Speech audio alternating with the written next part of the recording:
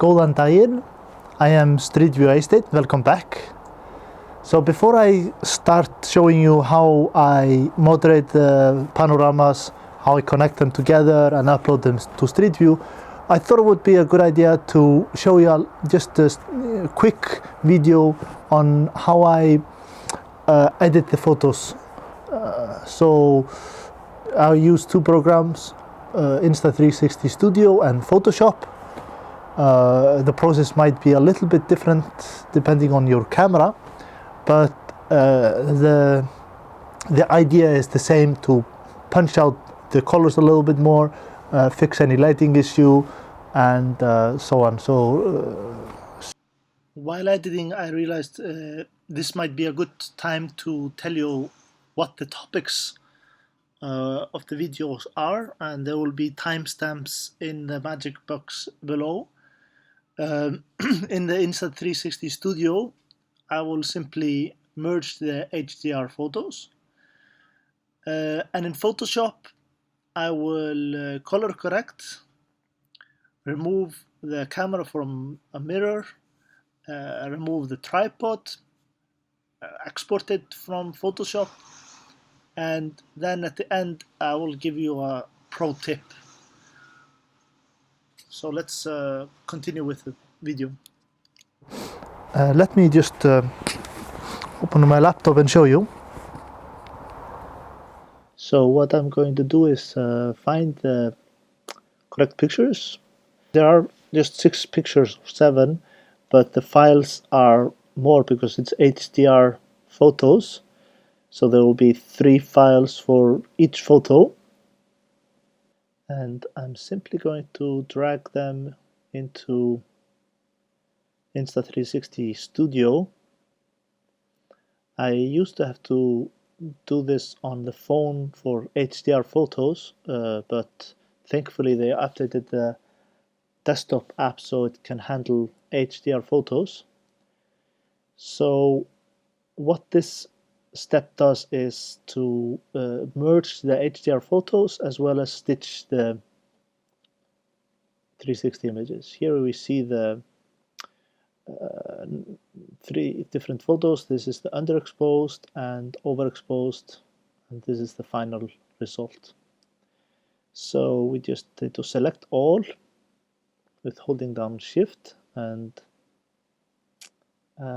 don't think there's any other settings. That just remember to keep nadir off, and you might want to turn off the automatic horizon correction if you don't trust your gyroscope, but I generally keep it on. And then just hit export. There's just keep the original resolution, and I just need to find a folder to put it. Normally I just create a folder on the desktop to work with, and then I will move it later for storage. Hit OK, and we'll just speed through the exporting process.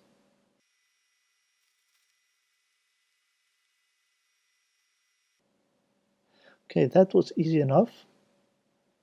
I have the photos here, and for some reason Insta360 Studio creates a folder for each photo, so I'm just going to quickly delete the folders. Hopefully they will just kind of change this in the next update. There's really no need to create all these folders.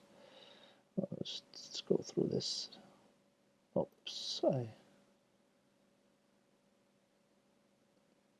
there you go, that wasn't too bad. And to move it to Photoshop. So I put Photoshop into, so it opens JPEG photos automatically in Camera Raw, and this is what I find is the best place to make some adjustments to the photos. I just change a little bit of the exposure. Let me see.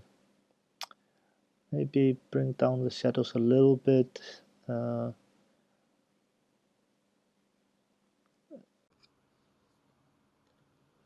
Now that I'm happy with this photo, there's a little icon here that shows that it's has some settings changed.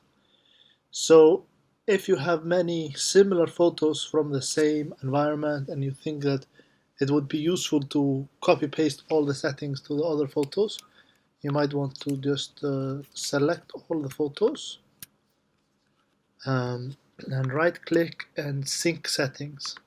So then comes up this window, just say OK, and now this icon here shows that all of them have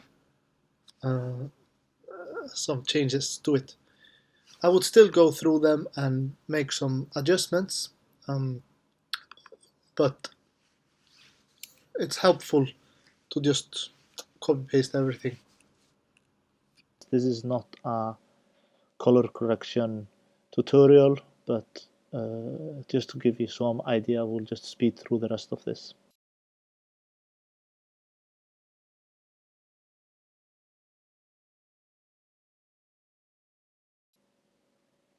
Okay, that looks good. Now let's open images and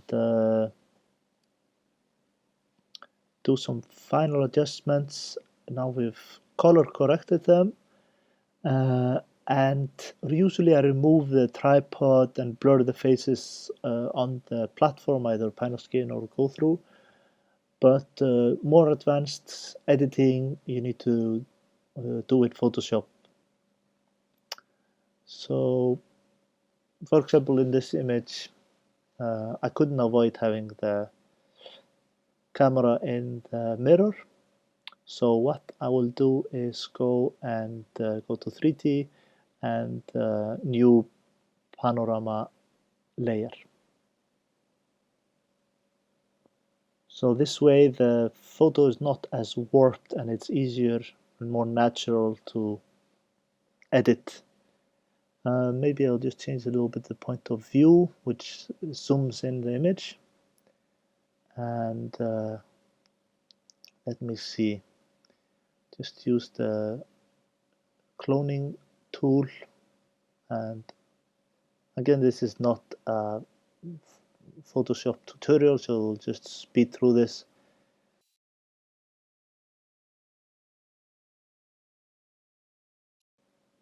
You could also remove the tripod, and I usually use the spot healing brush to do that.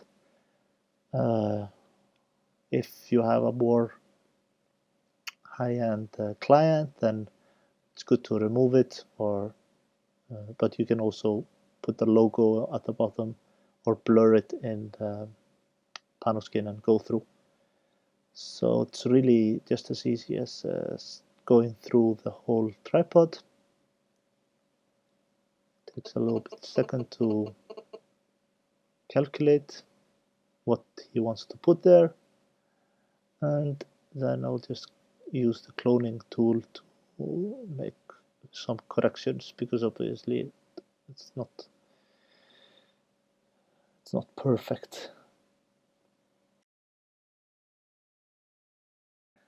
So this looks good, and the camera's completely disappeared, as if by magic there's no camera in the mirror.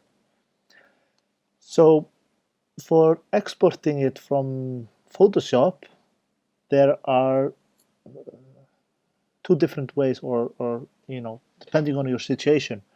So when you have gone to make a spherical map, then you need to go back to 3D and Spherical Panorama and export Panorama. So I'm gonna do that, and this I will have to then rename it. I don't remember which photo it was, so I'll just say bathroom. Save it.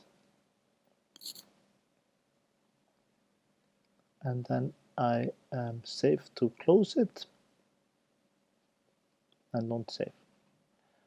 The rest of them I will have to, I can do just Control S and select JPEG and overwrite the existing photo. And that's it. So I did promise you a pro tip for you to massively improve your speed of the workflow. And the way you do that is by customizing your keyboard shortcuts. And the things I do for editing 360 photos usually don't have keyboard shortcuts. For example, this new Panorama Layer doesn't have a shortcut. It would say here that it has one. For example, copy Z or copy F and those shortcuts. So I suggest you go into Edit and Keyboard Shortcuts and customize your shortcuts. I did that. I removed it for this demo, but I will just show you to walk through it with me. These are all the options from up here.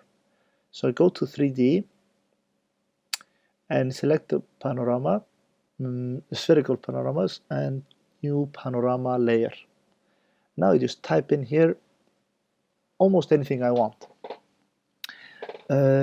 If you type in something that is a system shortcut, for example, command space, it will not work, of course, because that's a system kind of thing, and it might give you error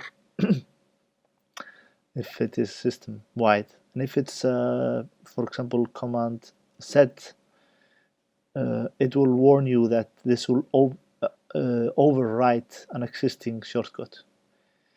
So obviously command Z, you don't want to override that, but there are other ones that you might want to override. For example, command P is print. I don't use that in Photoshop a whole lot, but it's easy to remember it because it's P for panorama. So that's what I've chosen to do. And export, I choose command I, which is an Icelandic letter, which is handy because obviously there will not be any shortcuts for I. And for blurring photos, I do filter, blurring, and Gaussian. I'm not sure which one is the best one, but this one works fine. So I will do command B, and that's for color balancing. That's fine. Then you just do accept. Okay, and now you have command P. And filter, blur, command B. So that's about it. As I said, in the next video I will show you how I upload the panoramas to Street View and connect them together, and it will be two videos, one for go through and the other one for Panoskin. It will be exactly the same tour, the one I shot in the bookstore. So the idea is that either which one you are using, you can go to that one. Also, if you are not sure which one you want to use, you can use those two videos to compare which one you prefer. And I might also do one for Pano 2 VR. So these are the three main, the ones I feel are the most Street View friendly platforms. But to start with, I will do the video for Panoskin and go through. But before I leave you guys, I wanted to address the issue of Street View that we have been experiencing for the last few weeks or months, that Google is rejecting photos and and it's been difficult to get all the tour working properly. It's certainly been difficult when you have paying customers and the tour is not working properly and they get impatient and so on. And I've seen on the Google groups that people are leaving the platform, giving up, and start doing something else. And what that tells me is that those who stick to it and wait for it to be fixed, those will have an even bigger market. Right now in some cities there have been so many Google Street View trusted photographers that it's been kind of oversaturated, but after this hopefully we will have less competition and so on. That's my take on it. And Google is not doing this on purpose. They are not, they're very committed to fixing the problem, even though it seems to take a long time. I mean, these things just take time, and it's in Google's best interest to fix it as soon as possible. Anyway, that's it.